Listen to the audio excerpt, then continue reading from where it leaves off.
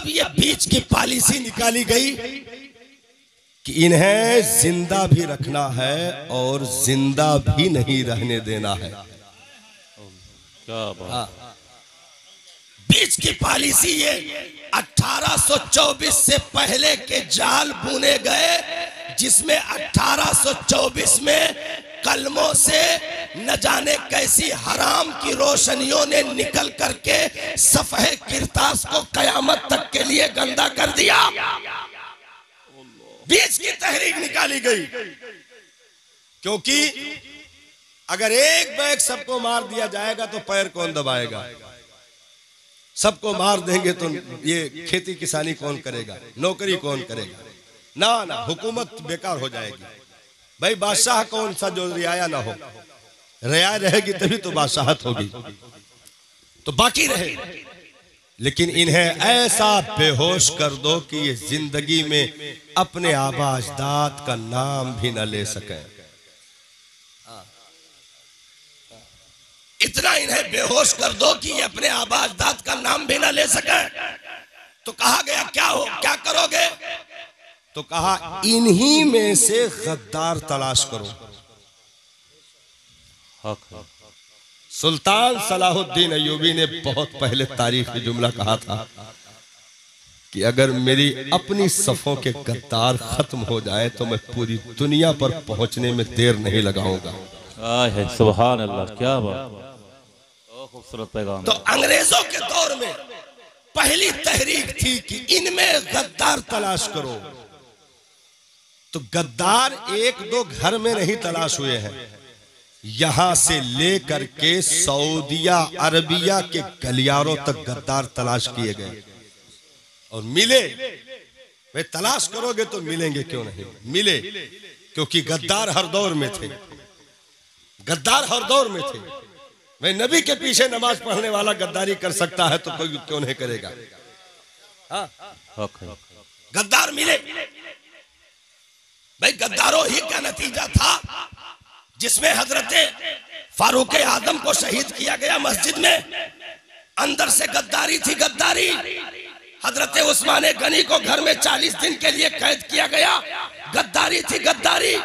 क्योंकि जब तक अपनों की गद्दारी शामिल नहीं होती है, निफाक काम नहीं करता है, उस वक्त तक बड़ी चीजें अंजाम नहीं पाती है।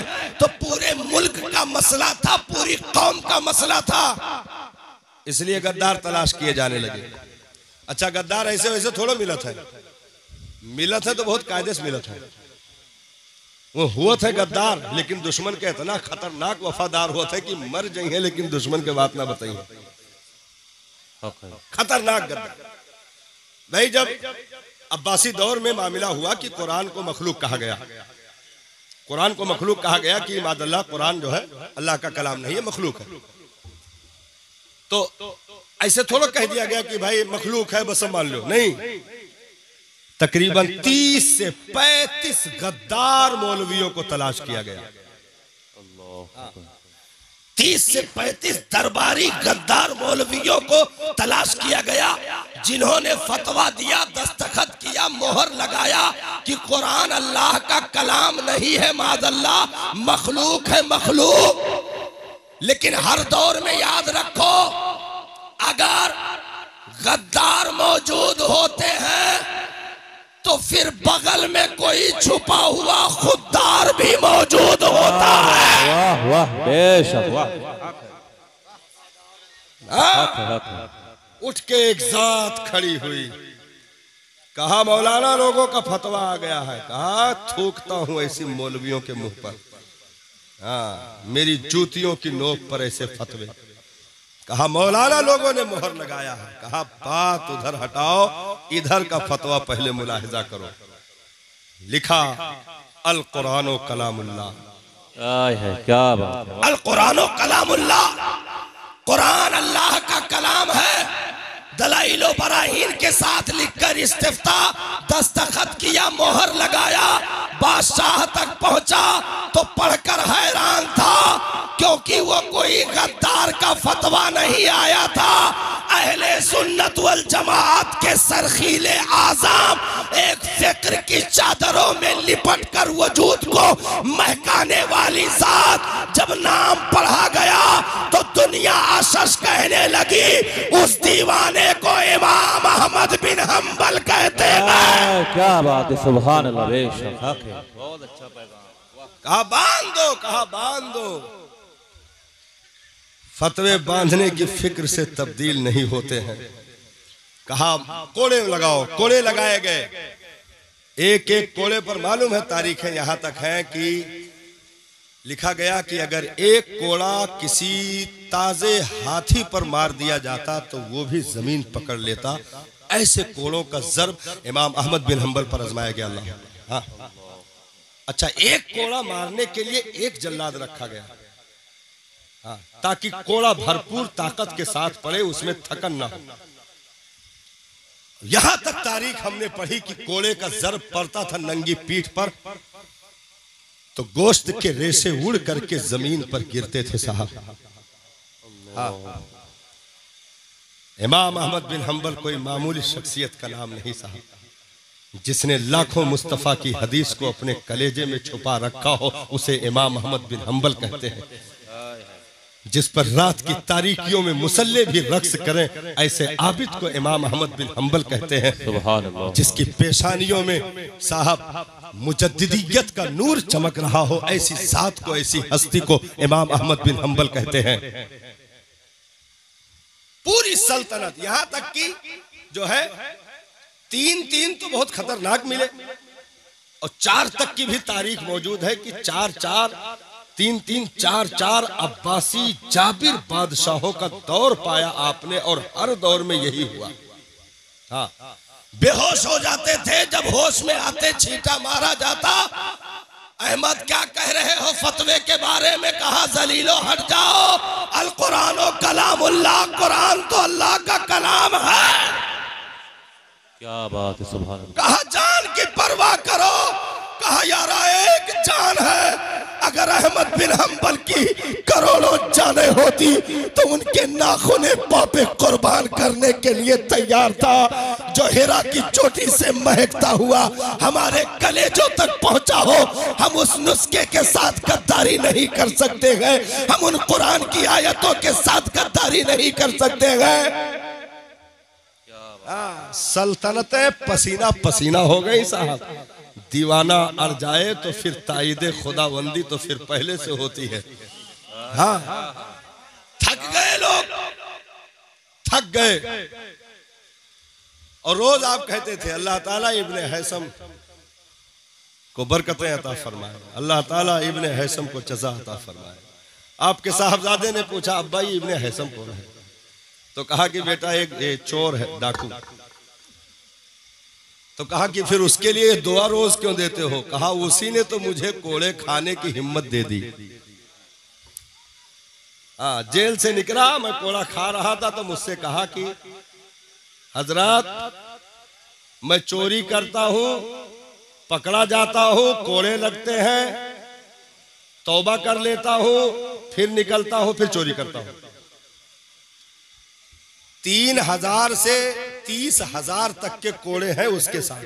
हाँ, कि इतने हजार कोड़े हमारे वजूद पर बरस चुके हैं, लेकिन हम चोरी ना छोड़ें, जबकि हम हक पर ना आए हैं। सरकार आप तो हक पर हैं, आप दामन न छोड़िएगा। हम चोर हो करके जब इतना मजबूत हो सकते हैं तो आप तो हक पर है, सरकार दामन न छोड़िएगा। इमाम अहमद बिन हंबल कहते हैं उसी दिन से सीना कुशादा हो गया और मुझे कोड़े सहने में फिर मजा आने लगा, जायका मिलने लगा। क्या बात। हाथ को ऊपर लकड़ियों से बांधा जाता, कुर्ता आपका बदन का निकाल दिया जाता, बदन नंगा करके कोड़े मारे जाते थे। लुंगी एक बंधी हुई थी, हाथ ऊपर बंधा हुआ था, कोड़े के ज़र्ब लग रहे थे। अचानक लुंगी की बंधन ढीली होने लगी और लुंगी आहिस्ता आहिस्ता नीचे खिसकने लगी। मजमा हजारों का लगा था, सब तमाशा देखने वाले आए थे और कोड़ा पड़ रहा था। हाथ तो बंधे हुए थे, लुंगी पकड़ नहीं सकते थे। लुंगी आहिस्ता आहिस्ता नीचे खिसकती जा रही थी। करीब था कि सत्र खुल जाए। हाथ बंधे हुए थे, आंखों में आंसू आ गए। आसमान की तरफ निगाह उठा करके अर्ज की, तेरे दीन के लिए कोड़े खा रहा हूं, लोगों के सामने बेसतर तो ना कर। अल्लाह, तेरे दीन के लिए कोड़े तो खा रहा हूं, लोगों के सामने बेसतर तो ना कर। कसम बखुदा तारीख बताती है, गैबी हाथ नमूदार हुआ और इमाम अहमद बिन हंबल की लुंगी दुरुस्त करके चला गया। सुभान अल्लाह। लुंगी दुरुस्त करके चला गया और खामोश उधर से सदा दी गई कि प्यारे कायम रहना, ये आजमाइशें तो पैगंबरों की सुन्नतें हैं, जो अपने होते हैं उन्हें आजमाया जाता है। यहाँ तक कि साहब इमाम अहमद बिन हंबल ने कहा था एक तारीखी जुमला कि मैं मर जाऊंगा, उस दिन तुम देख लेना, जनाजे फैसला कर देंगे कि कौन हक पर है कौन ना हक पर है। तो कोड़े लगाने वालों की चारपाई पर 4 लोगों से ज्यादा कंधा देने वाला कोई नहीं था। लेकिन जब इमाम अहमद बिन हंबल का जनाजा उठा है साहब, तो 40 लाख से शायद का दीवानों का मजमा पूछ मारा। सुभान अल्लाह, सुभान अल्लाह। दिल फेंकने की जगह नहीं थी। इस तरीके पर मतलब साबित कदमी। और आपने बता दिया, गद्दारों तुम्हें क्या खबर है कि वफादार भी मौजूद है। तुम्हें क्या खबर है कि वफादार मौजूद है। तो गद्दारी हर दौर में और किसी भी स्कीम में कामयाब होने के लिए गद्दारों को तलाश किया जाता है। आज भी तलाश किया जा रहा है। नारे तकबीर, नारे रिसालत, मसलके आला हजरत, जश्न ईद मिलादुन नबी।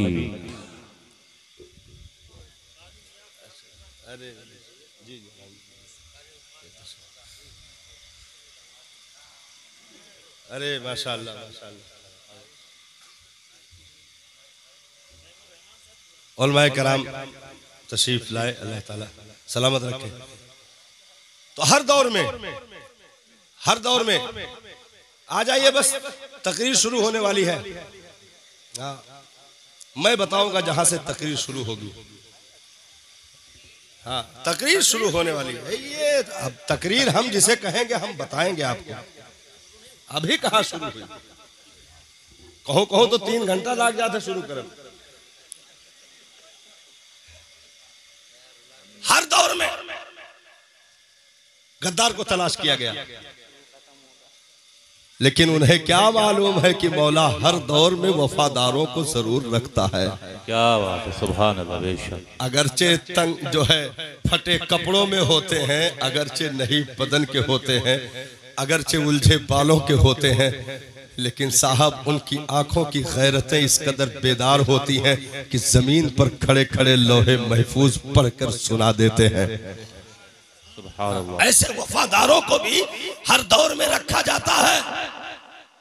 नहीं, दिल्ली जामा मस्जिद में तरावी चल रही हो, कुरान की एक आयत मतलब पढ़ने में मामला गड़बड़ हो गया, थोड़ा सा पीछे से लुकमा मिल गया, लुकमा नहीं लिया बादशाह ने, फिर पढ़ने लगे, फिर लुकमा मिल गया, फिर लुकमा नहीं लिया, तीसरी बार फिर लुकमा मिला, लुकमा नहीं लिया, और जबरदस्ती बगैर सांस तूरे पढ़ चला गया। हाँ, कि अब रुकबे ना करबे, लुकमा काव देबो, जबरदस्ती पढ़ चला गया। और जलाल तो रहबे करे, थर थर कांपे जलाल में। नहीं, जिसकी तोती बोलती हो, जो है काठियावाड़ से लेकर के अफगान के बॉर्डर तक 50 साल, तो सलाम फेर करके पूरे जलाले शाही में मुखातब हुए, किसने लुकमा दिया, किसने लुकमा दिया। सबसे पीछे सफ में एक बैठे हुए थे बिल्कुल खस्ता हाल, कुर्ते फटे हुए, बाल गर्दो गुबार में उलझे हुए, होठों पर पपड़ियों के निशान, लेकिन आंखें कुछ और पता दे रही थीं। हाथ खड़ा किया, कहा बादशाह इधर इधर, मैंने लुकमा दी। अब जो बादशाह की निगाह पड़ी, अरे तो सफों को चीरते हुए दौड़ लगा दिए और जाकर हाथ जोड़कर खड़े हो गए। कहा सरकार आपने लुकमा दिया? कहा कि हाँ मैंने लुकमा दिया। कहा कि हुजूर लेकिन मैं सही पढ़ रहा था। कुरान का नुस्खा मंगाया गया तो मतलब कसरत जो है बादशाह की तरफ से, मतलब जो नुस्खे ताईद में आए वो बादशाह की तरफ ज्यादा थे, इधर कम पड़ गए। तो बादशाह ने कहा कि सरकार, मैंने कहा वो हो गया, थोड़ा जहन का मामला था, लेकिन मैं सही पढ़ रहा था। फकीर को जलाल आ गया, रुमाल उठा करके बादशाह की खोपड़ी पर रख दिया और कहा जरा ऊपर देख। उसी दिल्ली जामा मस्जिद में जो निगाह उठा करके बादशाह ने देखा तो कदमों पर गिर करके लुढ़कने लगा। कहा क्या हुआ? कहा हुजूर लौहे महफूज में वही लिखा है जो आप बता रहे थे। क्या बात है, सुभान अल्लाह। बेशक वो थे वक्त के दुर्वेश वली के कामिल हजरत शाह मुहिबुल्लाह इलाहाबादी, जिनका इलाहाबाद में आज भी मजार मौजूद है। उन्होंने दिन में तारे दिखाए और कहा इन खस्ता हालियों पर न जाना, न जाने कैसे कैसे हीरे जवाहरात लिपट कर इन गलियों में घूम रहे हैं। हाँ, क्योंकि नबी का दीन चल रहा है तो वफादार ना हो ये हो नहीं सकता। अगरचे तादाद कम होगी लेकिन जहां होगे वही शाने इम्तियाजी। और एक थोड़ा सा ले लीजिए फिर हम तकरीर शुरू करें। थोड़ा सा और ले लीजिए। जलालुद्दीन अकबर, असल में कई अकायद के लोगों को इसने अपने दरबार में रास्ता दे दिया, तो इसी से मामला बिगड़ने लगा और इसका जहन खराब होने लगा। यहां तक कि बाद अल्लाह ये दीने इलाही कायम करने की नापाक साजिशें रचने लगा। दीने इलाही यानी अल्लाह अकबर का जो नारा लगता है, अल्लाह अकबर, नारे तकबीर अल्लाह अकबर, तो कहा रहा कि वहां अल्लाह अकबर में जो अकबर है वो हमारा नाम है। देखो जब क्यों बौरात है तो बहुत कायदे से नहीं, साथ पुस्तन से बौरा की कोशिश करत है। बौराई और भाई बादशाह रहा कौन चीज के कमी रहा, घोड़ा गधा सब रहे उसके पास, तो बौराई गवा। और वक्त के जो अलग अलग शोरमा थे जो टोपियों में ही बुलंदी तस्वुर कर रहे थे वो बिक गए। हाँ, लेकिन उन जलीलों को नहीं मालूम बुलंदी के लिए टोपियों की नहीं तकदीर की जरूरत होती है। क्या बात, बेशक बिक गए, गद्दारी कर गए। आधे से ज्यादा हिंदुस्तान में कौमों ने सजदा तक कर लिया। उसी अकबर के दरबार में न जाने कैसे कैसे शिरकिया अफाल होने लगे, लेकिन उसे क्या मालूम था जलील को कि हर दौर में अगर गद्दारों की कसरत होगी तो कहीं ना कहीं वफादार बैठा होगा। सरहिंद की मिट्टियों में करवटें बदलने वाला दुर्वेश जिसे मुजद्दिद अल्फेसानी कहा जाता है, शेखे सरहिंद की मुकद्दस हस्ती उठकर खड़ी हुई, कहा जलालुद्दीन अकबर मैं आ रहा हूँ, मुस्तफा के दीन का वफादार अभी मौजूद है और जिंदा है। क्या बात है, सुभान अल्लाह। बेशक दरवाजे तक छोटे करवा दिए जलालुद्दीन ने। हाँ, कि मुजद्दिद आएंगे तो सर झुका करके आएंगे, लेकिन मुजद्दिद गए तो देखा दरवाजा छोटा, समझ गए कि खबासत कहां तक पहुंच गई है, तो आपने सर के बजाय पहले पैर दाखिल किया। सर के बजाय पहले पैर दाखिल किया दरबार में, और इस तरह झुक करके तशरीफ लेके। ऐसे नहीं झुके कि कहीं एक लम्हे के लिए ये कुफ्र खुश ना हो जाए।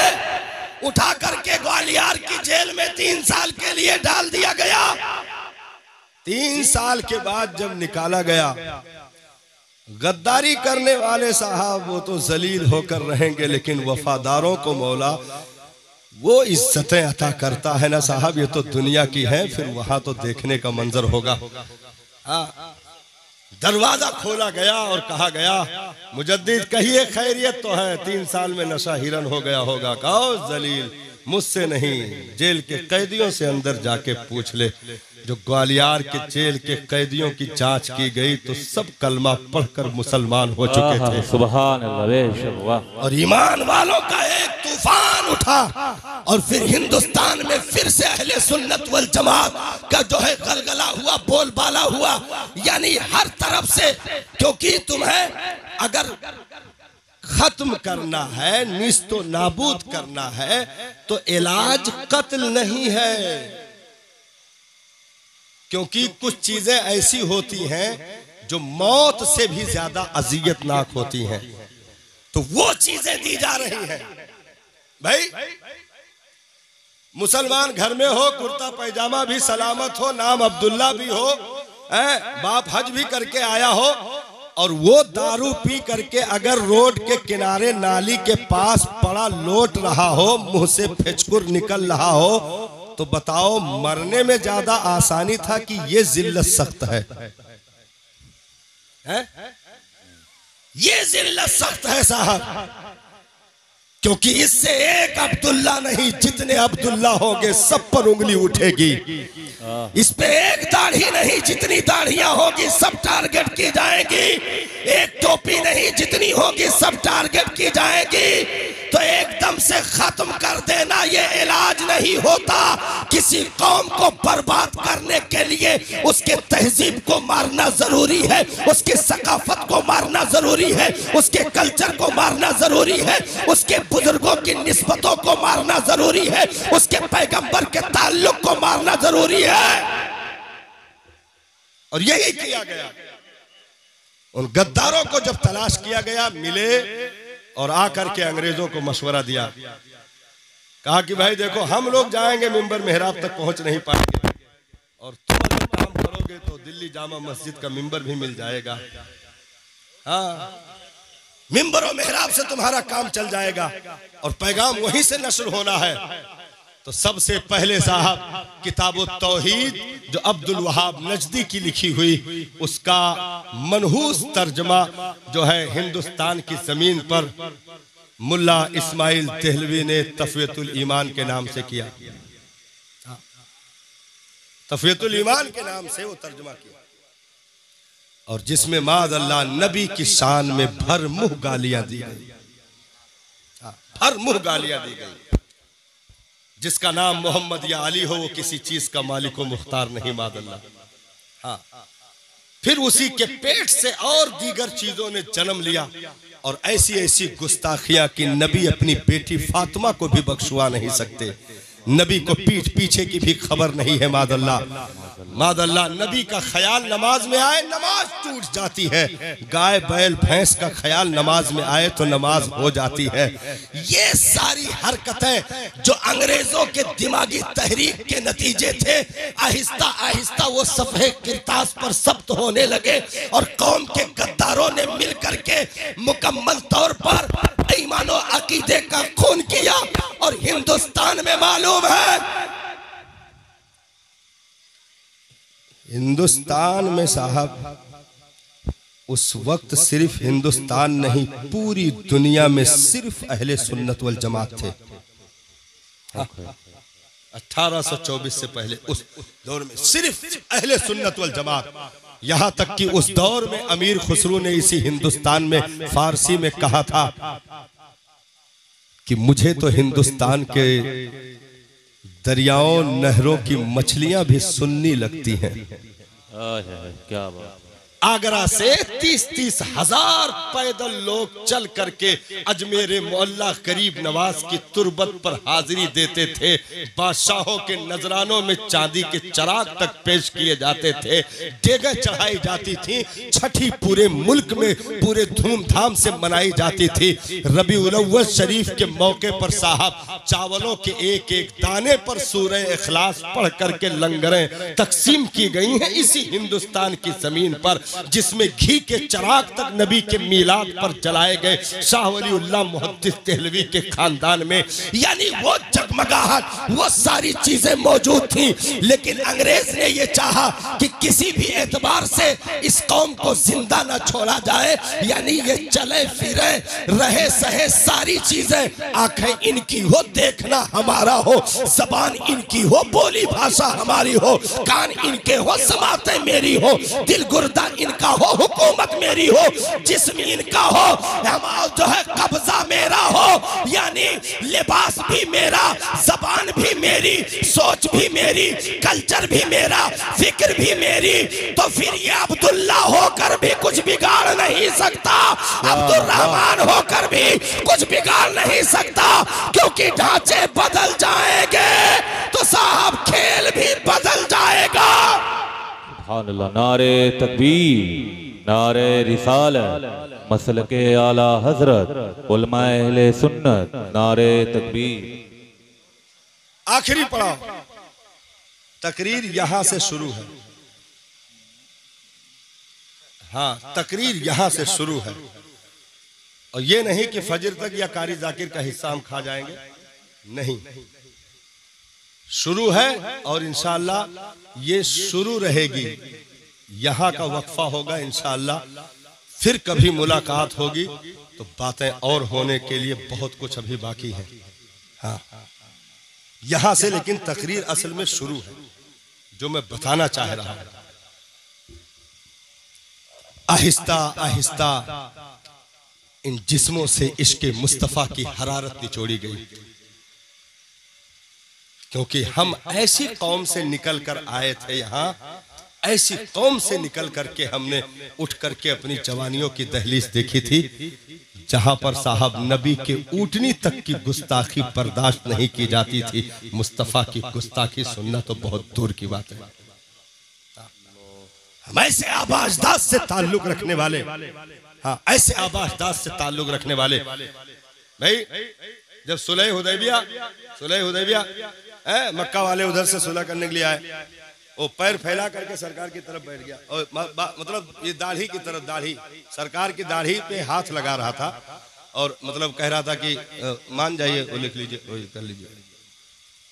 सहाबी रसूल सरकार के पीछे खड़े थे, तलवार का दस्ता उसके हाथ पे मारा और कहा, तेरा इरादा अगरचे गलत नहीं है, लेकिन देखने में अंदाज बुरा लगता है, हाथ खींच ले, नहीं तो दोबारा सीधी तलवार पड़ जाएगी। हाथ तक उठाना खबारा नहीं। ये नबी की इज्जत और शान की पहरेदारी हुई है साहब। हजरते इमाम मालिक मदीना की सरहद से दूर रफ़े हाजत के लिए गए, किसी ने रास्ता पूछ लिया कि शहरे मदीना का रास्ता कहां से है। आपने कहा कि जरा ठहर जा, मैं वजू कर लूं, जरा ठहर जा, मैं वजू कर लूं। वजू किया, अमामा बांधा, नियत बांध कर सर झुकाकर शहरे रसूल की तरफ रुक करके खड़े हुए और इरशाद फरमाया कि मेरे आका के शहर का रास्ता इधर से जाता है। बगैर वजू शहर की तरफ हाथ भी उठाना गवारा न किया साहब। हम ऐसी कौम से निकल करके आए थे, आज मर गई ना कौम, आहिस्ता आहिस्ता बेहोश कर दिया गया साहब। आज तो 10-10 तवाइफ तक हमारी बहू बेटियों के सामने नंगे उछल उछल कर कूदे तो नोट हम लुटाने में शर्म महसूस नहीं करते हैं। गैरतें यहां तक उनका जनाजा निकल चुका है। कोई भी निकाह शादी, कोई भी मामला, नाम सुन्नते रसूल का और काम साहब फिर इबलीस का। इबलीस भी शर्म करे, कैसे इबलीस कब्बो डांस नाई की हिस रहा। हाँ, जोन में तोहरे नाच के नालिम भद्द से गिरा तो तोहरे का ना कह दूसरे। हाँ, 3-3 किलोमीटर तक नाचे। लड़की वाले तो बेचारे डरा सहमा है, वही कोनो बताए दीस कि कई मिला नागिन फेटार बनकर रोडवा पे यहाँ लौटत रहे। हाँ, तो कहीं की बस इज्जत संभारे रहो ना तो डस ले हैं कुल छोड़ी है ना। हाँ, आवत है कुल फेचकुर निकल आवा नाचत कूदत और गए हुआ साफ कह दीन। एक एक नल्ली पहिया यस लड़े जैसे कारगिल। हाँ 10-10, 15-15 बुलेरो से नहीं 200 मिला के डिलीवरी भाई। हाँ हाथ कहाँ कहाँ मतलब कखौरी में घुसा, कान में घुसा, नाक में घुसा, कहाँ हिजरत की हिस खुदे खबर ना है, जाए के बिरयानी सालन में घपा, सारा कीटाणु बैक्टीरिया जंप घप सब गायब। न सर पे टोपी रही, ना बिस्मिल्लाह, ना हाथ धुलना, ना जूता उतारना, कुछ ना। ऐसे नशा दिया गया हमें साहब, बेहोश कर दिया, बेहोश कर दिया। बेगैरतियां ऐसी चरम सीमा पर हुई कि एक जगह तो मौलाना लोगों ने कहा कि हजरत ये ऐसे जना में गाँव वाले मौलाना लोग का बाइकाट के दी नहीं, तो कहें मौलाना लोग का कहे बाइकाट के दी, तब कहें मौलाना लोग कहें ना कि इस साल जो है तवायफ ना नचवायो, बस कहें कि सारे मौलाना का दाऊद दिए बंद करो, एक तवायफ बंद करवावत है। हाँ कहीं बाइकाट करो। उसी बीच में हमारा जाना हुआ तो हमने कहा सुनो, नचवाओ नचवाओ जितना मर्जी कहा नचवाओ, लेकिन जब लड़का पैदा हुई तो कान में आजान देख लिए तवायफन का बुलवाया, मौलानक ना याद की हो। अकीकत मौका पर तवायफे बनवाए, मौलानक ना याद की हो। कौनो चौक के छटक के पेशाब के मारी कथरी पर तो दुआ तवायफन से करवाए, मौलानस ना करवाए। हाँ कौनो सास पतुआ का झोटा नचौवल हो जाए तो वो कह शिकायत कि आए के हजरत मोहब्बत के तावीज बनाए जाए, मोहब्बत में इतना बड़ा गुम्मा मोहब्बत में नीचा इतना बड़ा गुम्मा जो नुक्ता समझा तो गुम्मा हुआ। मार दे खोपड़ी छितराए जाए मोहब्बत। अब कौन मोहब्बत? 3 किलोमीटर तक के लिल्ली घोड़ी घत कूदे रहे हो तो मोहब्बत नहीं दिखाना। तो ये सिस्टम हमने कहा बुलाओ, मरने लगे तड़पने लगे तो सूरह यासीन पढ़वाने के लिए उन्हीं लोगों को दावतें दे देना। हमने कहा उलमा ने लिया क्या तुमसे, क्या लिया? कान में अजान देने से लेकर के जनाजे की नमाज तक जो 6-7 हजार में अपनी फैमिली की खुशियों को बांध करके रखा हो और पूरी बस्ती की उम्मत की फिक्र किए बैठा हो, उसे मौलाना कहते हैं। मौलाना भाई तुमने तो 4 बच्चे पैदा किए, एक दुबई चला गया, एक सऊदी चला गया, एक बंबई में कंट्राक्ट कर रहा और एक देहात में लेमारी कर रहा। वकरे बादो पहली कमाई आई तो आधा किलो बर्फी ला के मौलाना से फातिहा कराओ थे। हजरत पहली तनख्वाह भेजी ना 1.5 लाख रुपया, तो दुआ कह दो कि तनख्वाह बढ़ जाए। हाँ और जब हजरत के बढ़ावा कहा गया कि 100 रुपया बढ़ा दो तो कहे कि 1 महीना में यहाँ 3 दिन गैर हाजिर रहे, तनख्वाह काट लिए। तो ये मुर्दा कर दिया गया, मुर्दा कर दिया गया। यानी सारी चीजें आहिस्ता आहिस्ता निचोड़ दी गई।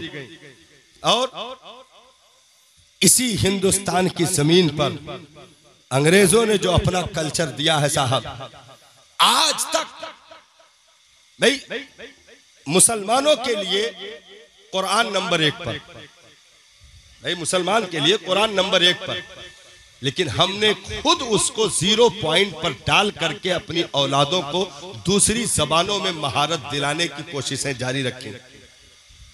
तो इस तरीके पर तहरीकें चलाई गई, आहिस्ता आहिस्ता करके कौमों को मुर्दा किया जाने लगा।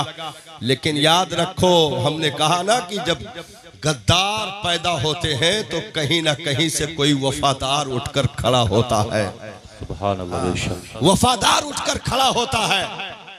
भाई उसी गद्दारी के नतीजे में तकरीबन 22,000, हाँ 22,000, इधर देख लीजिए, इधर 22,000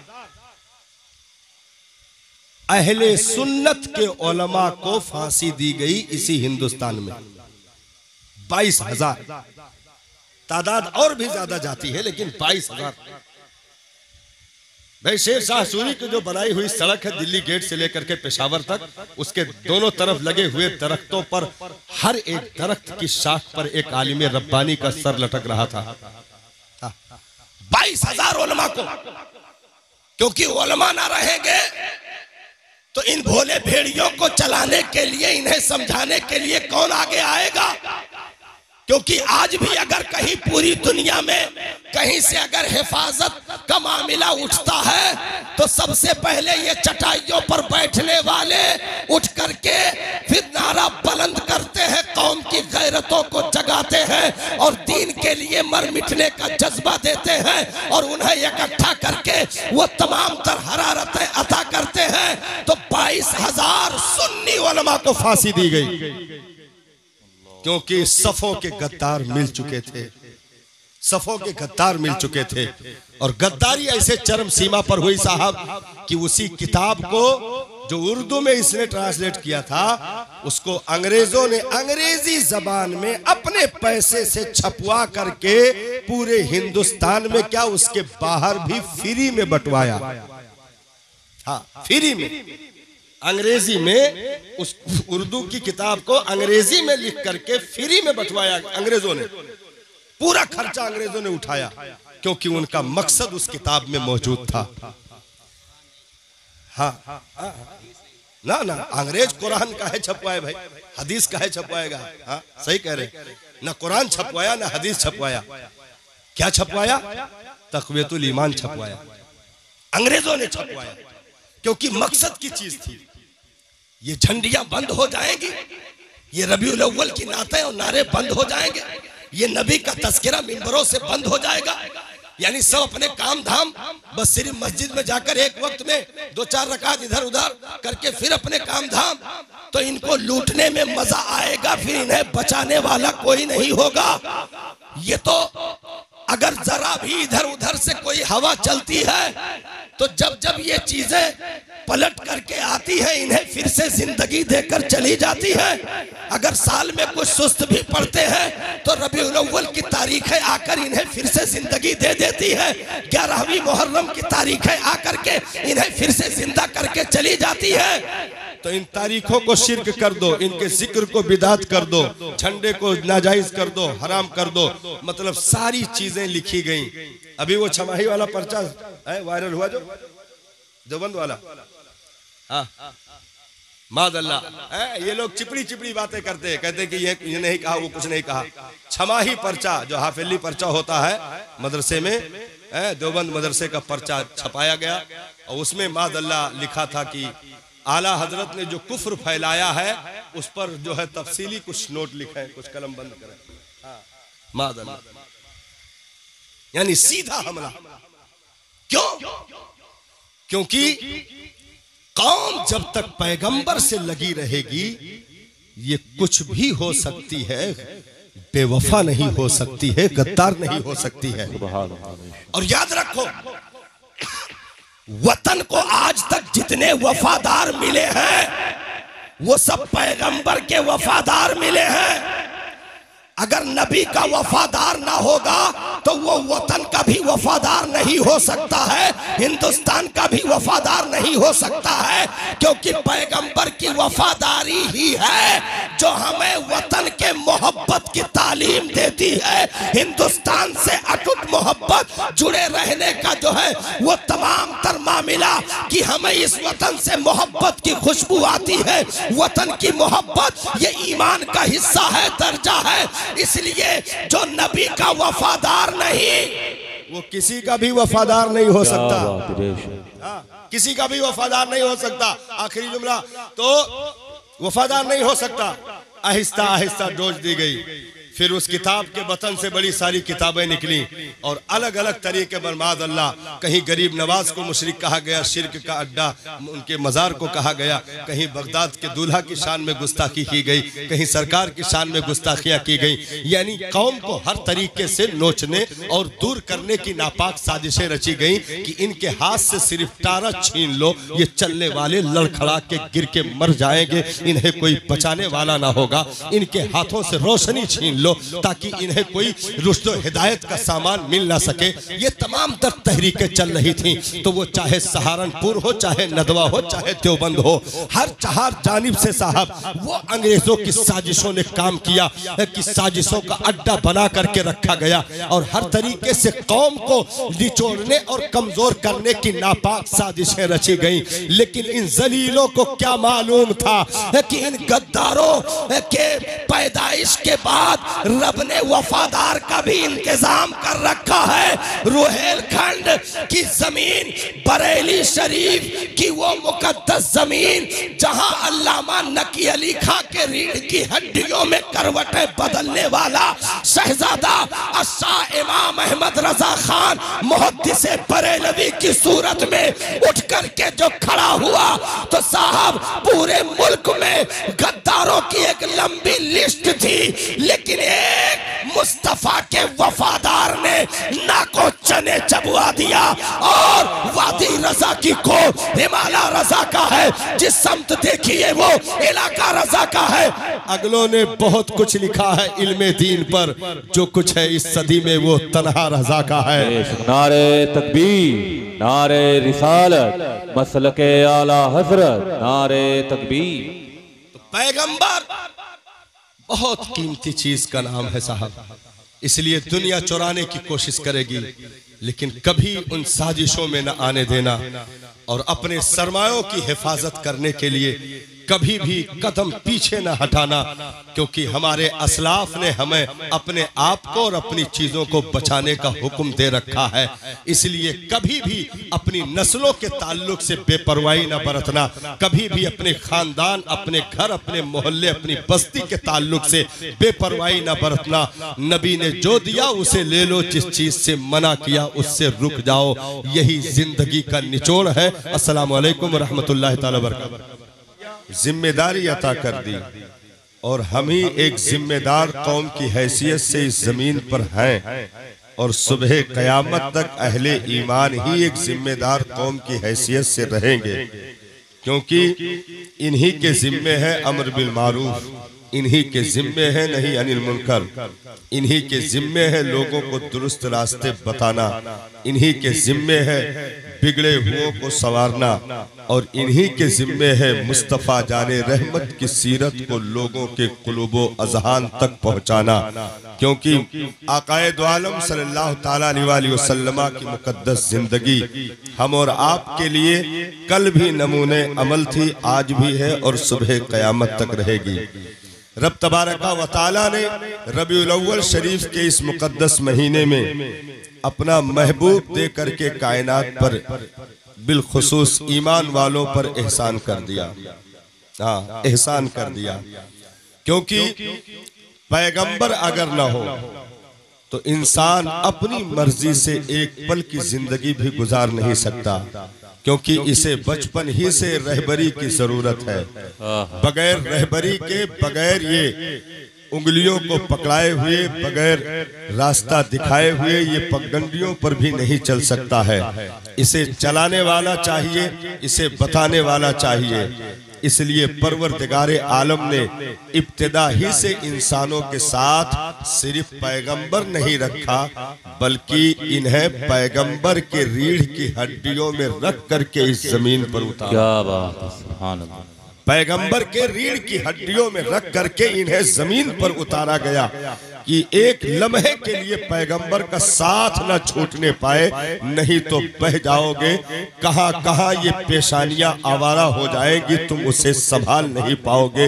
दुनिया कहां तुम्हें उचक लेगी, तुम्हें उसकी खबर नहीं है। इसलिए हर दौर में पैगंबरों का साथ रखा गया।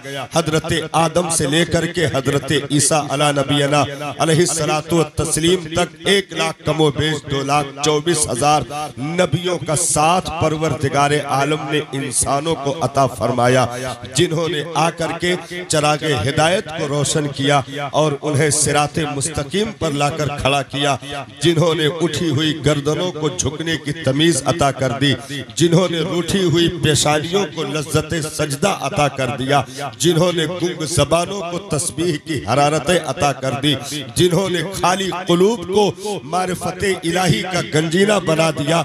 यानी पैगंबर ने पूरी जिंदगी अपनी दांव पर लगा करके तकलीफों को बर्दाश्त करके उम्मत को सीधे रास्ते पर लाकर खड़ा करते रहे। लेकिन उम्मत ने क्या दिया?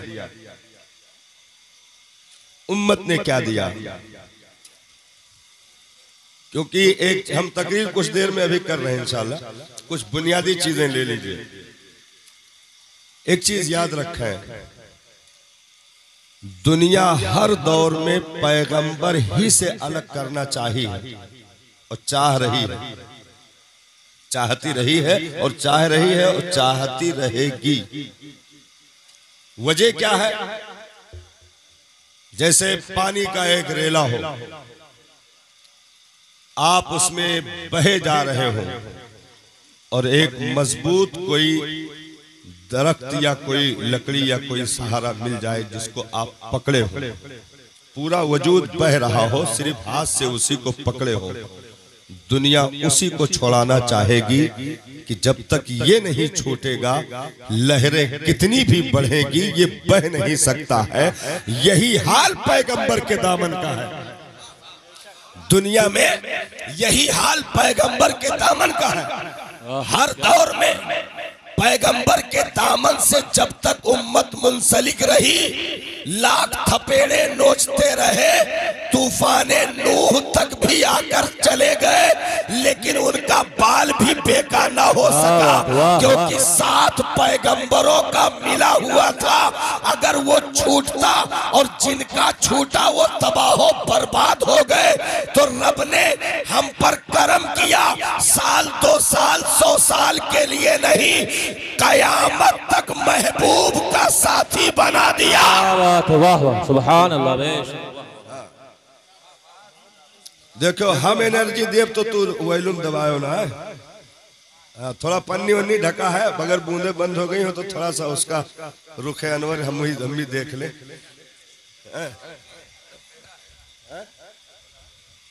नहीं हम आप अब हम माइक बनाए कहा जावे, लेकिन आप आओ खोई के आओ तो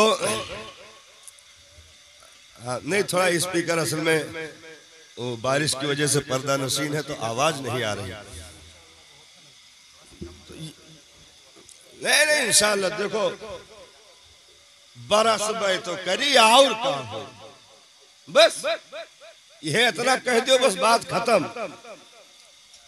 भाई मजमा है या बकरी थोड़ो खड़ी है भाई, नीचे से अगर घुटना घुटना भर पानी बहाव लागी तो उसे क्या फर्क है? जान लो हम जुमस पहले नहाए लिए बस है कि नहीं भाई? जुमा तो कल है और कल वैसो सबका नहाए है। तो हजरत इंतजाम कह दी नहीं, अगर रतियस गुस्ल शुरू हो जाए तो कोई दिक्कत नहीं, डरना नहीं। बारिश मौसम वो रब की मर्जी है। और जिक्र करना ये अपने जो है इश्क का इजहार है, सरकार की मोहब्बत है। हाँ, हम उनकी मोहब्बत में इकट्ठा है। अब वो चाहे नहला के भेजे, चाहे सिर्फ रहमत से नहला के भेजे, ये उसकी मर्जी है। हम तो घरों से नींद कुर्बान करके यहाँ आकर बैठ गए हैं कि आका हम भिखारी कासा लिए बैठे हैं, ऐ गुंबदे खजरा के मकी थोड़ी सी निगाहें इनायत हो जाए तो हम गरीबों का भी बेड़ा पार हो जाए। नारे तकबीर, नारे रिसालत, मसलके आला हजरत, जश्न ईद मिलादुन नबी, नारे तकबीर, नारे। पैगंबर हर दौर में रब ने पैगंबर को लाजिम तौर पर कौम के साथ लगा के रखा, बंदों के साथ लगा के रखा। लेकिन हर दौर में यही होता रहा कि किसी भी एतबार से ये पैगंबर से अलग हो जाए। इसलिए किसी भी तारीख को उठाकर आप देखिए, पैगंबरान के ताल्लुक से कोई भी पैगंबर ऐसा न हुआ जो उम्मत के जुल्म का शिकार न हुआ। जान के लाले पड़ गए। हजरत इब्राहिम अलैहिस्सलाम के लिए आतिश कदा तैयार करके आग में डालने की साजिशें हुई कि नहीं? क्या मांगा था भाई हजरत इब्राहिम ने? सिर्फ यही ना कि ये जो पेशानियां रूठ करके दूसरी जानिब जा रही है, खुदाए वहदहू ला शरीक की बारगाह में आ जाए। यही ना मांगा था कि मेरे कौम के लोगों, इन बातिल चीजों को छोड़ करके आ जाओ रब्बे वाहिद की बारगाह में। यही तो मांगा था कि अपनी तमाम तर बेहयाइयों बेगैरतियों से तौबा करके आ जाओ सिराते मुस्तकीम पर। तो उसका नतीजा क्या हुआ कि आग के शोले भड़काए गए, गोपिये में बंद करके हजरत इब्राहिम को आतिशकदे के हवाले करने की नापाक साजिशें रची गई। हजरत ईसा अलैहिस्सलाम को मौत के घाट उतारने के लिए फंदा तैयार किया गया। हजरत जकरिया के सर पर आरा चलाया गया। हजरत मूसा अलैहिस्सलाम को ऐबी करार दिया गया। यानी मुकम्मल तौर पर दुनिया हाथ धो करके पैगंबर के पीछे लग गई, क्योंकि पैगंबर अगर है तो उम्मत कैसी भी हो वो डूब नहीं सकती है। इसीलिए पैगंबरों का साथ छोड़ाने के लिए इब्लीस भी साथ में लगा रहा, साजिशें भी साथ में लगी रही, मुनाफिकत भी होती रही, गद्दारियां भी होती रही। और जब उन गद्दारियों के शिकार हुए लोग और दुनिया के बहते धारों के साथ अपने आप को कर दिया, तो फिर रब ने इरशाद फरमाया, उन पैगंबरान में से जिन पैगंबरों की कौमों पर अजाब आया है, क्या पैगंबर वहां मौजूद थे? ना ना। रब ने इरशाद फरमाया, प्यारे तुम यहां से हट जाओ बस। पैगंबर को दूर किया गया। हजरत मूसा से कहा बस्ती छोड़ दो, इनकी खैरियत नापी जाएगी। हजरत लूत अलैहिस्सलाम से कहा बस्ती छोड़ दो, इनकी खैरियत नापी जाएगी। हजरत मूसा से कहा बस्ती छोड़ दो, इनकी खैरियत नापी जाएगी। पता क्या चला, अगर गद्दारियों के साथ हुए तो पैगंबरों को दूर करके बंदों को औकात याद दिलाई गई। पता ये चला कि अगर नबी ना हो तो एक लम्हा के लिए हम बच भी नहीं सकते हैं। इसलिए रब ने अपने महबूब को, हम गुनहगारों को सुबह कयामत तक के लिए साथ रख दिया, ताकि पिछली कौमों की तरह अजाब ना उतरे और ये पैगंबर के साथ लगे रहे। लेकिन साजिशें जब से लेकर के अब तक जारी है कि पैगंबर का साथ छूट जाए। नहीं, नबी जब से आए वहां से लेकर आज तक साजिशें चल रही हैं कि नहीं चल रही? क्या किया गया भाई? हमारे सरकार को क्या नहीं कौम के लोगों ने किया, बहुत सताया। और ऐसे ऐसे दुखों के पहाड़ आए हैं साहब कि दुनिया के बड़े बड़े पहाड़ों पर उतर जाते तो वो भी रेजा हो जाता। आजमाइशों के पहाड़, इम्तिहानात, जादूगर तक कहा गया। मादअल्लाह आपको आसिफ सदा कहा गया। न जाने कैसी कैसी फफ्तियां कसी गई।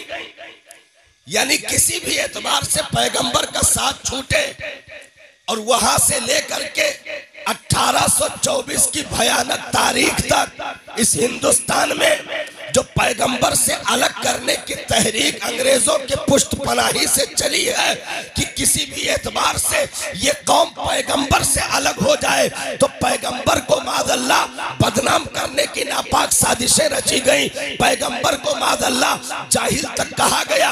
पैगंबर को मादअल्लाह यानी हमारे नबी के माँ बाप को मादअल्लाह काफिर कहा गया।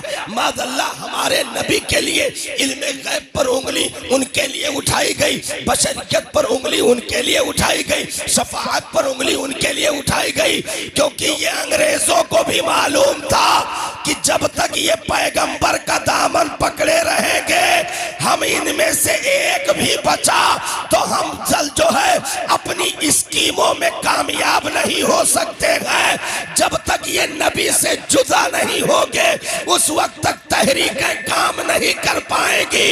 क्योंकि एक ही आशिक़े मुस्तफा अताए रसूल तनहा मोइनुद्दीन की आमद ने 90 लाख को मुस्तफा के दीन का कलमा अता कर दिया और बता दिया कि आज भी हो जो बराहीम सा ईमा पैदा आग कर सकती है अंदाजे गुलिस्ता पैदा।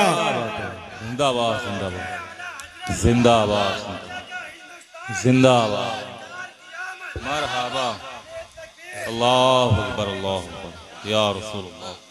साथ छोड़ो मतलब ये तहरीकें चली, किसी भी एतबार से पैगंबर का साथ छूट जाए, किसी भी एतबार से क्योंकि जब तक दामन हाथ में है, तुम कितने भी मुजरिम क्यों ना हो जाओ, क्योंकि मुजरिम होना और है, गद्दार होना और है। शरीयत में जुर्म की माफी है, गद्दारी की माफी नहीं है। भाई जैसे हिंदुस्तान में हम हैं, कोई भी मुल्क हो, हिंदुस्तान ले लीजिए, आप कोई भी अगर जुर्म करते हो तो उसके लिए सजा है, थाना है, कोर्ट है, कचहरी है, सजा है। लेकिन कोई देश से गद्दारी करे तब फिर ओकरे लिए तो खैरियत बिगड़ जाएगी। क्यों? क्योंकि गद्दारी ही एक ऐसा मतलब भयानक मोड़ है जिंदगी का, जहां से सिर्फ वतन की ही गद्दारी नुकसानदेह नहीं है, कौम की गद्दारी भी सबसे भयानक नुकसानदेह, तारीख से गद्दारी भी भयानक नुकसानदेह, पैगंबर से गद्दारी तो आदमी ईमान से भी हाथ धो बैठा, तो वतन के गद्दार तक को माफ नहीं किया जाता, तो पैगंबर के गद्दार को माफ क्या किया जाएगा? क्या बात, वाह वाह। तो जुर्म के लिए माफी है, गुस्ताखी की माफी नहीं हो सकती। तो ये स्कीमें चलाई गई कि किसी भी एतबार से दूर हो जाओ। भाई रबीउल अव्वल में ये झंडा लगाना, आपने जुलूस भी देखा, सजावट भी देख रहे हैं, हजरत की मेहनत भी देख रहे हैं। क्या है मतलब इसका? मतलब इसका यह है कि ये पागल नहीं है कि 50 मीटर कपड़ा पूरी बस्ती में लहरा करके जबरदस्ती घूम रहे हैं। ना ना, ये परचम लगाना इसके मुस्तफा की अलामत है। ये घरों को सजाना नबी के मोहब्बत की अलामत है, ये गली कूचों को सजाना ये मुस्तफा के मोहब्बत की अलामत है। परचम इस्लाम लेकर के गली कूचों में नबी की नाते पढ़ते हुए निकलना ये मोहब्बत रसूल की अलामत है, अलामत। यानी ये रबीउल अव्वल के एक बच्चे के हाथ के परचम ने उम्मत की जिंदगी का ऐलान कर दिया कि ये परचम देख लो, जब तक ये सलामत है उम्मत का बाल भी बेका नहीं हो सकता है, क्योंकि परचम सलामत का मतलब ये है आमिना के लाल का दामन हाथों में है, मुस्तफा की मोहब्बत कलेजे में है, नबी की अकीदत हमारे दिल में है। इसलिए ये रबीउल अव्वल ये कोई पागल का मामला नहीं है, या कोई ऐसे रस्मन किया जा रहा कि बच्चे कर रहे थे करने लगे, बूढ़े कर रहे थे करने लगे। ना ना, ये तारीखों को जिंदा रखने और सोई हुई कौम को जगाने के लिए ये त्योहार हमारे बीच आते हैं, और उनमें हम परचम लगा करके अपने दीन का नारा बुलंद करके ये ऐलान करना चाहते हैं, अंग्रेजों तुम्हें तुम्हारी स्कीमें मुबारक हो, और अंग्रेज सदा कौमों तुम्हें तुम्हारी स्कीमें मुबारक हो। ओ सहारनपुर और थाना भवन की 4 दीवारियों में भोंकने वालों तुम्हें तुम्हारी गद्दारी मुबारक हो। हम मुस्तफा के कल भी वफादार थे, आज भी हैं और सुबह कयामत तक रहेंगे। नारे तकबीर, नारे रिसालत, मसलके आला हजरत, जश्न ईद मिलादुन नबी, अल्लामा मुफ्ती कमालुद्दीन साहब किबला, नारे तकबीर, नारे। तो ये तहरीक चलती रहेगी कि किसी भी एतबार से दामन छूटे। जैसे भाई एक घर में 4 भाई, देखो तोहरे अपन बतवा है, तोहरे बतवा लागा तो हमरो मना कहता ला, हम वहीं बैठ के बतवा लागी, यस ना करो, खरबूजा खरबूजा दिए के रंग बदल दिए, तो बतवा ना हमारा सुनो भाई। ये स्कीमें चलाई गई, और स्कीमें क्या है? ना बतवा ना बतवा, देखो तोहरे बतवाबो तो हम पता नहीं कौन रूट पर चला जाए, इसलिए दिमाग हाजिर रहे दियो। हाँ, खाली सुन लियो ना बस, और का और कुछ तोहरे से मांगा जाता है, खाली सुन लियो बस।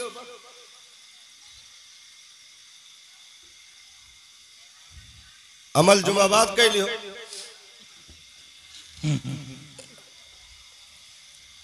तो ये स्कीम मतलब तहरीकें चलाई गई। और तहरीक में क्या किया गया? मैं जैसे मिसाल देने जा रहे थे, 4 भाई घर में हैं, सगे भाई, दोनों तरफ के पड़ोसी रोज भट्ठी घस सुलगत है, कैसे कि चारों एकजुट है, निकरत है तो यूं उलट बुलट के ले भट भट भट भट, उबई दुबई की कमाई आ रही है, चारों एकजुट, कोई भी मामला मैटर चारों खड़े। आस पास पड़ोसी जो है सब भट्टी की तरह सुलग रहे हैं। तो क्या करना चाहेंगे वो?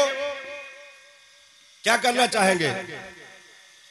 चारों जन का गोली मार दो ना, ये इलाजे नहीं। स्कीम ये चलाई जाएगी किसी भी एतबार से इनमें जुदाई कर दो। तहरीक ये चलाई जाएगी, अब वो चाहे पड़ोसियों की हो चाहे दूर के लोगों की, तहरीक ये चलेगी कि जुदाई, यानी एकता इनकी खत्म करो। जैसे ये बिखरेंगे तो 3 के सामने चौथे को मारोगे तो ये तीनों मुस्कुराएंगे कि और 2 जूता मारो, मजा आ गया। तोड़ना, ये तहरीक चलाई जाएगी कि किसी भी एतबार से इनमें तफरका डालो। अब जैसे तोड़ पाए तो जो चारों की ताकतें पूरे इलाके में चल रही थी, वो आहिस्ता आहिस्ता करके अपनी स्कीमों में कामयाब हुए। वो ताकतें बिखर गईं और एक के सामने दूसरा घसीटा जा रहा तो वो मुस्कुरा रहा और वो रो करके कह रहा है कि तुझे माँ का वास्ता कम से कम बचा ले। कहा कि बचाने की टाइम सब बचाने के निकल गए और दुश्मन मुस्कुरा रहा। चारों को तोड़ करके पूरा घर वीरान कर दिया गया, बर्बाद कर दिया गया। मुस्तफा जाने रहमत ने कोहे सफा को मिंबर बना करके कौम को इकट्ठा किया, दारे अरकम में बुला करके सबको जमा किया, हरमे काबा में ला करके इकट्ठा किया और फिर नमाज में इबादतों में यकताइयत को ऐसा डाला गया है। इरशाद फरमाया, जर्रा बराबर शगाफ ना होने देना, कंधे से कंधा मिला करके खड़े होकर अल्लाह अकबर कह के नियत बांधना। एक झुके तो 50 झुक जाना, एक उठे तो 50 उठ जाना, एक सजदे में जाए तो 50 चले जाना। सलाम फेरने से पहले अगर तुम्हारा दुश्मन खौफ से पानी ना हो जाए तब बताना, क्योंकि वो एकता की राज है जो नबी ने दिया कि 5 वक्ता में कंधे से कंधा मिलाया। चंद घरों के लोगों ने जुमा में कंधे से कंधा मिलाया, पूरी बस्ती के लोगों ने ईद में कंधे से कंधा मिलाया, 2-4-10 गांव के लोगों ने और हज में कंधे से कंधा मिलाया, पूरी दुनिया के कलमा पढ़ने वालों ने। यानी ये ऐलान है कि मेरा नबी एक, मेरी किताब एक, शरीयत एक, दीन एक, खुदा एक, तो हम उम्मत भी एक हैं। क्या बात है, वाह वाह, सुभान अल्लाह। अंसारी जोलहा पठान बाद में, हाँ, अंसारी जोलहा पठान बाद में, ई कौन है खेत के मुरई। एक गांव वाले बहुत जोर से कुल फखर करे जबकि एक को मिला नमाज ना पढ़त रहे। तब कहा गया कि काहे फखर करे तो कहा था कि आला हजरत हमारे बिरादरी में पैदा भय भाई, यहू में फखर करे वाले तो भाई कई लोग फखर, ठीक है। तो ये यकताइयत दीन इस्लाम ने क्या रंगों नस्लों को खत्म न कर दिया। कोई हो, एक ही सफ में खड़े हो गए महमूद और अयास। क्या बात, ना कोई बंदा रहा ना कोई बंदा नवाज। क्या बात है। तो जब से आज तक भाई उस दौर में यहूदियों की तहरीकें जोरों पर थी, आज भी जोरों पर है। जमीन दोष कार्रवाइयां कि किसी भी एतबार से तोड़ा जाए। सहाबा को तोड़ने की नापाक साजिशें रची गई, सरकार की मौजूदगी में तोड़ने के सिलसिले जारी थे। हाँ, सरकार की मौजूदगी में वो मदीना शरीफ में यहूदियों के मुआहदे जो वो स्कीमें चल रही थी कि किसी भी एतबार से बिखेरा जाए और तोड़ा जाए और इनको हाशमी, मुत्तलबी और कुरैशी में बांट दिया जाए।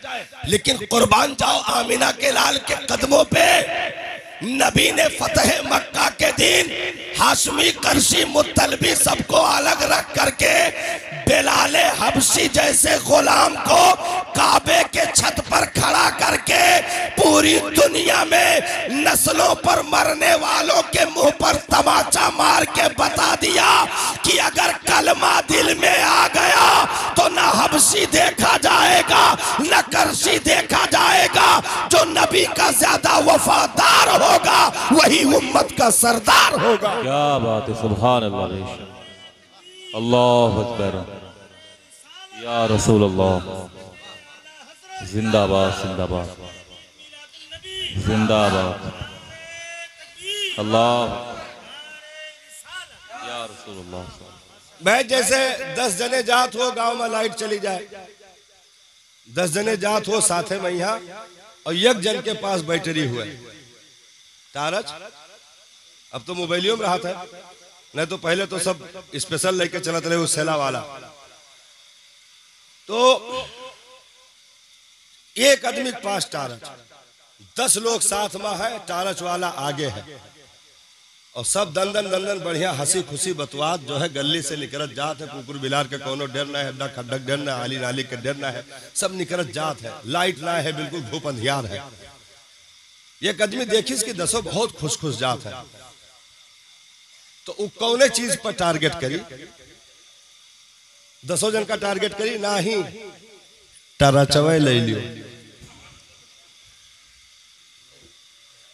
हाँ, टारगेट किस पे होगा? 10 पे नहीं होगा, टारच पे टारगेट ये है, छीन लियो बस, कुल बाहर पर ही है।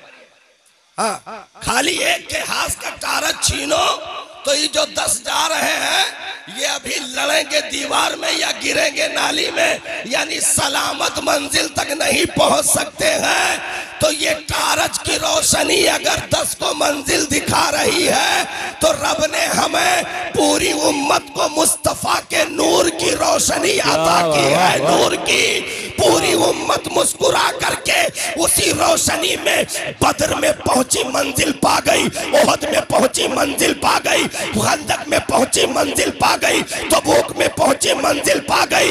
उम्मत मुस्कुराते मुस्कुराते उन्हीं रोशनियों में 36 लाख मुरब्बा किलोमीटर तक यानी आधी दुनिया तक चलते हुए अरब के मुसाफिरों ने उसी रोशनी में परचम इस्लाम को बुलंद किया। दुनिया उसी को छीनने में लगी रही, क्योंकि यही छीनोगे तो ये घुटनों के बल गिरेंगे, फिर इन्हें कोई रास्ता दिखाने वाला न मिलेगा, क्योंकि नबी ही का दामन है जो यहाँ से जन्नत तक इन्हें पार लगा सकता है, दूसरा कोई बीच में आ नहीं सकता।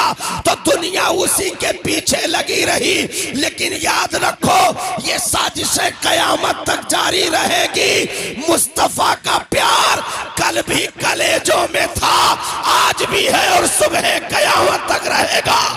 नारे तकबीर, नारे रिसालत, मसलके आला हजरत, जश्न ईद मिलादुन नबी, उलमाए अहले सुन्नत, नारे तकबीर।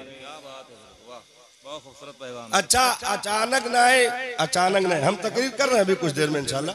अचानक नहीं होता है ये सब, अचानक नहीं होता है, थोड़े थोड़ होता है, थोड़े थोड़। जैसे प्राइमरी में यहाँ पहले छोटवा लड़के पढ़े जाते रहे तो कायदा बगदादी लेके जाते रहे, है कि नहीं? अभी लेके जाते हैं।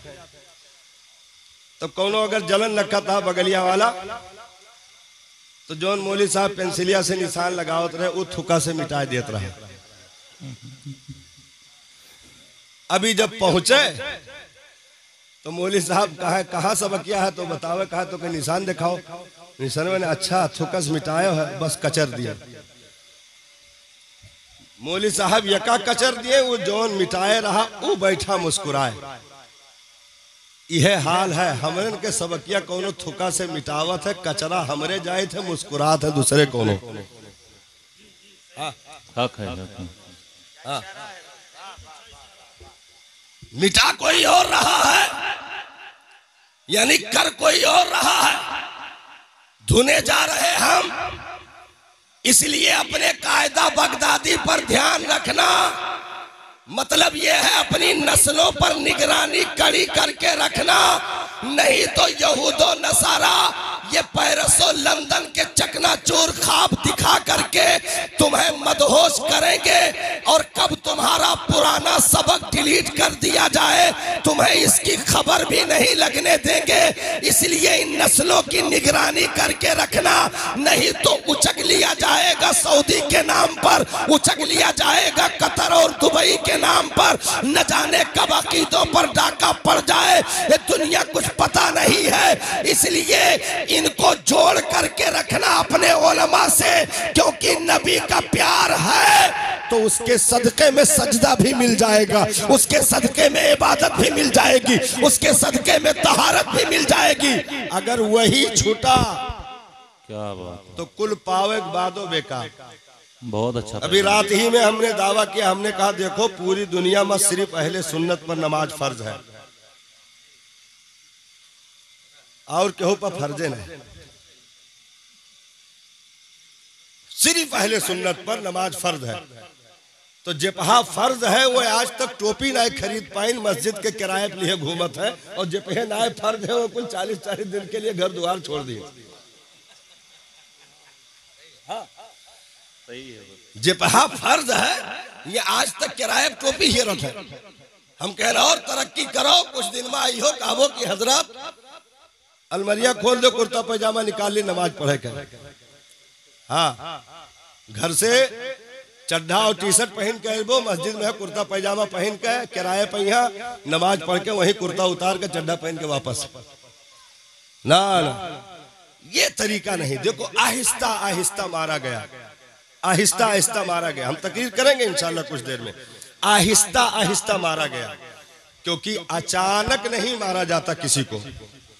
अंग्रेज अचानक आए का, एक बैच ब्रिटिश हुकूमत हुआ से ऐलान की इसकी संभर जाओ हिंदुस्तान वालों मैं आ रहा हूं, बस आएगा। नहीं साहब, ऐसे थोड़ो होता है। इलाज मुआलजा के बहाने घुसे, बीमार बनकर घुसे, ताजिर बनकर घुसे, उसके बाद बादशाहों के पैर दबाते रहे। बादशाहों में जिन लोगों में आज़ादी, सबसे ज़्यादा आज़ादी तो जलालुद्दीन अकबर के दौर में हुई, जो कि उसने हर एक ग्रुप को अपने दरबार में बैठने की इजाज़त दे दी। तो अब मामला चलता रहा तो इनको सब मतलब एक छोटी सी कहा कि हजूर थोड़ा सा पैर फैलाने जगह थोड़ी सी दे दीजिए। तो कहीं जाओ उधर बंगाल का एरिया थोड़ा सा ले लो, हल्का सा फर्स्ट में ही। हाँ, बंगाल का एरिया दिया। उसके बाद कहीं हजूर अब फैमिली भी ज्यादा है, थोड़ा कारोबार का भी मिजाज है, तो कहीं ठीक है कलकत्ता वाला ले लो हिस्सा, तो कलकत्ता वाला दे दी। फिर तीसरे नंबर पे मांगे तो अहमदाबाद गुजरात वाला दे दी। फिर चौथे नंबर पे मांगे तो बम्बई वाला दे दी। तब कहीं सब पचवा मागम ने अपने ले लिया। हाँ, हक पैगाम। 4 जगह अलग अलग दिया गया तारीखों में। बंगाल है, कलकत्ता है, अहमदाबाद है, मुंबई। इन जमीनों पर इन्हें भीख में ये चीजें दी गई थी, अंग्रेजों को भीख में। और उसके बाद जब 5वें का नंबर आया तो मुगलिया दौर के आखिरी शहंशाह बहादुर शाह जफर का दौर आ चुका था, और पूरे तौर पर इनकी तमाम तर ताकतें अंदर तक पहुंच चुकी थी। नाश्ते में सगे बेटों का सर काट कर बहादुर शाह जफर के सामने तश्तरी में लाकर रख दिया गया। अल्लाह। नाश्ते में सर ला करके बेटों का काट कर निगाहों के सामने रख दिया गया। साजिशें बहुत आहिस्ता आहिस्ता चलती हैं, लेकिन जहां तक पहुंचती हैं साहब नस्लों को वीरान कर देती है। हाँ, नस्लों को वीरान कर देती है। कैसे? क्योंकि मिजाज ये बनने लगता है हम लमसम में। जैसे क्यों कहा है हमसे कि हजरत इतनी भर लिडिया हम पकड़ ली, तो हम कहीं लियो पकड़े रहो। कुछ देर पकड़े रहा तो कहा हजरत हम स्टैंडवा तनी भर पकड़ ली, तो हम कहें पकड़े रहो भाई जब लिडिया पकड़े हो। तो वो पकड़े खड़ा रहा। तो कहीं हजरत एक हथों से यहो पकड़ ली, तो हम कहें हाँ पकड़े रहो, बस हम यहाँ देखे रंग में लेके भाग गवा।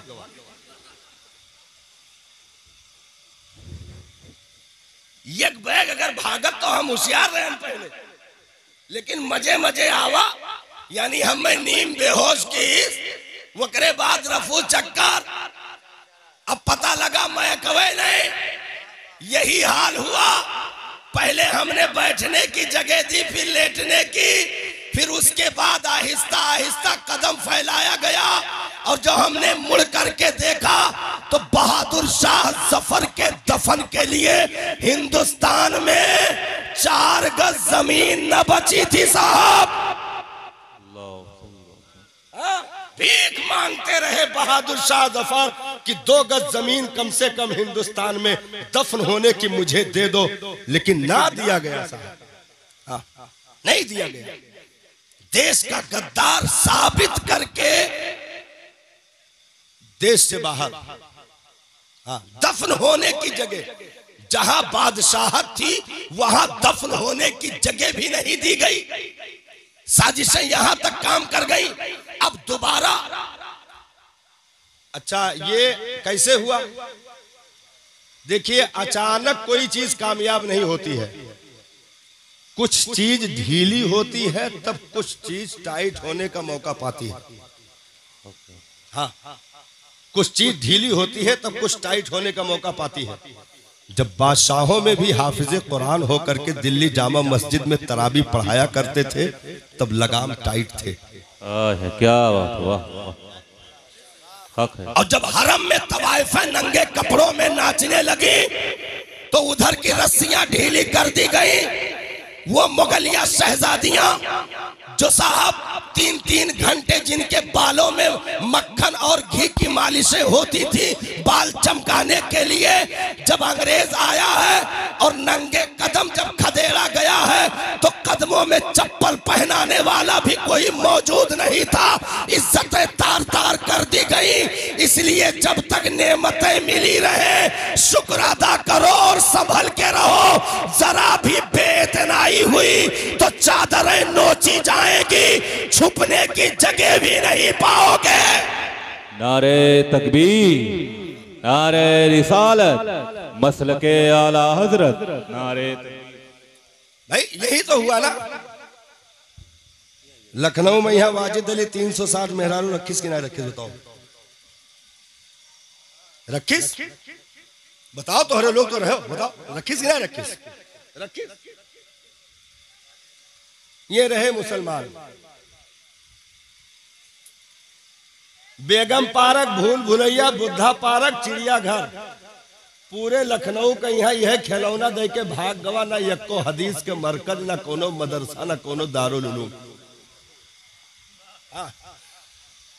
पूरे लखनऊ को खिलौना दे के भाग गया।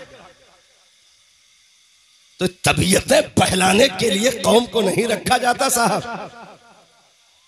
जब कौम की गैरतें मरती हैं तो रंगीले शाह जैसे लोग पैदा होते हैं, और जब कौम की गैरतें अपनी जवानी पर होती हैं तो सलाहुद्दीन अय्यूबी जैसे बागैरत लोग सांसें लेते हैं। बेशक, जिन्होंने कसम खाया था, खबर ये पहुंची थी कि हाजियों के काफिले को पकड़कर दरख्तों से बांध दिया गया, सरकार उनके बदन पर कोड़े लगाया है। महान हामान ये सब जो ईरानी वजीर से सब कमीने, कहा उनको बांध करके हाजियों के काफिले को दरख्त में बांध करके कोड़े लगाया और कह रहा था बुला अपने नबी को मदद के लिए, बुला अपने नबी को मदद के लिए। सुल्तान सलाहुद्दीन अय्यूबी के आंखों की रगें सुर्ख हो गईं और जमीन पर उसी वक्त खड़े होकर के आपने कसम खाई, मेरे मालिक अय्यूबी को उस वक्त तक मौत ना देना जब तक मैं तेरे महबूब के गुस्ताख तक पहुंच ना जाऊं। क्या बात है, वाह। कसम खाया, कहा उसी दिन से अब आराम हराम है मेरे लिए कि मैं नर्म बिस्तर पे लेटूं, मेरे आका का गद्दार गुस्ताख जमीन पर जिंदा चल रहा हो। 3 साल तक की तारीखें मिलती हैं कि ताकत जुटाने में तकरीबन 3 साल का अरसा लग गया और 3 साल के अरसे में सुल्तान ने अपनी पीठ बिस्तर से नहीं लगाई साहब। जब नींद का गलबा ज्यादा होता तो खेमे की लकड़ी से जरा टेक लगाते, खड़े खड़े आंखें बंद करते और फिर झिझक करके उठते, सलाहुद्दीन तुझे नींद आ रही है, अभी गुस्ताख चल रहा। क्या 3 साल के बाद रब ने कामयाबी अता फरमाई और उसके बाद जब उस जलील को पकड़ के सामने लाया गया तो सुल्तान ने गिरीबान पकड़ के जमीन पर दे मारा और सीने पर बैठ करके कहा था उस तारीखी जुमले को। तू कह रहा था बुला अपने नबी को मदद के लिए, मुस्तफा ने अपने दर का गुलाम भेज दिया है, अपने दर का कुत्ता भेज दिया है। तो जब माओ की कोख सुथरी होती है, बाप की रीढ़ की हड्डियों की तहारतें बाकी होती हैं, तो फिर ऐसे गैरतमंद औलादों को आंखें खोलने का मौका मिलता है कि जिस पर सिर्फ खानदान नहीं, सिर्फ कौम नहीं, सिर्फ बस्ती नहीं, मुस्तफा की उम्मत नाज करती है। क्या बात है, सुभान अल्लाह, बेशक बहुत खूबसूरत पैगाम है। आहिस्ता आहिस्ता डोज दिया जाता है।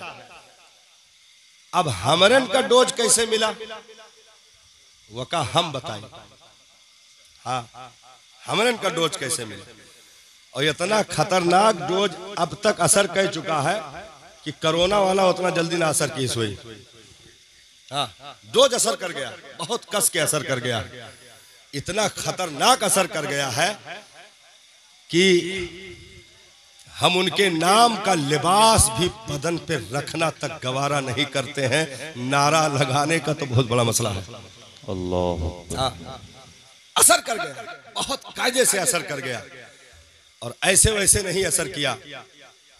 अब यहाँ लोगों को नहीं बता रहे हैं, दूसरे गांव को बता रहे हैं, इतना खतरनाक असर किया है कि अब जिंदगी के 100% शोबों में 99% गैर दाखिल हो चुका है। 1% कहीं कहीं टिमटिमाते चिराग दिखाई पड़ रहे हैं।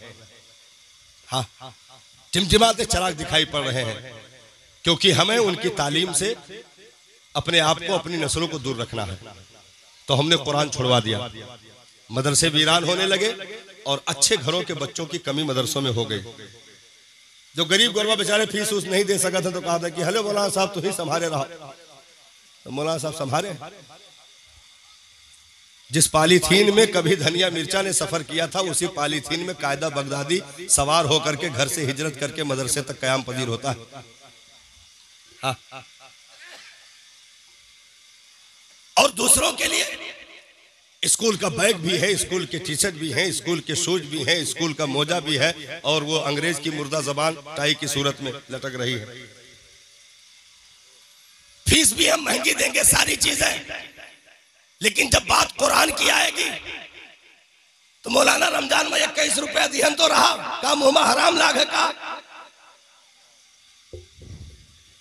तो ये सिस्टम बना दिया, यानी बगैर चंदा के मदरसा न चलेगा और चंदे भी फिर माशाअल्लाह।